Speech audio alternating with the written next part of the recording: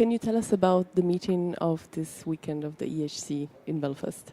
Yes, the European Haemophilia Consortium is a patient-led organisation representing 43 countries across Europe, and this weekend we're fortunate to have in Belfast some 37 of those countries and over 250 people. They will discuss the topical issues concerning the bleeding disorders community across Europe, including, for example, cross-border treatment issues within the European Union. This is a first for Belfast. Never before has the organisation been able to come to this country and to enjoy the Belfast hospitality. So I, as a Northern Ireland person, am very pleased to see the organisation coming and joining us here, both for their business and to see the beautiful sights of Belfast.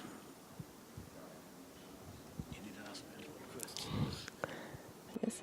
And why is this important? Why is it important for the EHC to be in Belfast?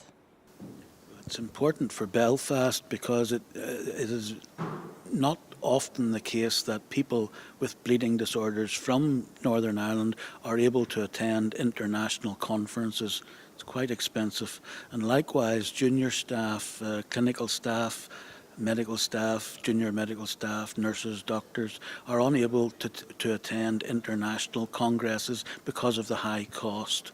So the benefit is that locally we benefit and the organisation as a whole benefits because they come to a country, they see not only the sights but they experience the culture and they're able to contribute something to the well-being of people with bleeding disorders such as haemophilia, von Willebrand's disease and other rare clotting factor disorders.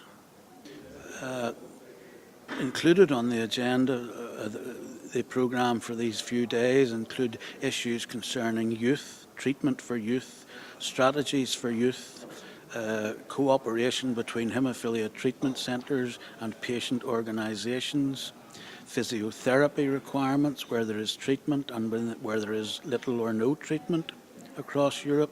So we're able to compare and contrast what happens, for example, in Eastern Europe with Central Europe, with Western Europe. And we have very high quality speakers from right across Europe and beyond to contribute best practice throughout.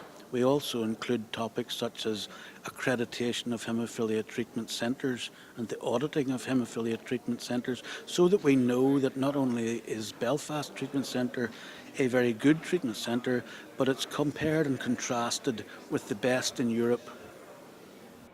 And what would be the takeaway message that you hope delegates will bring back home with them? I think the takeaway message is that as patient groups, if your treatment is negligible, you continue to strive for improvement. If your treatment is good, you continue to strive to sustain that level.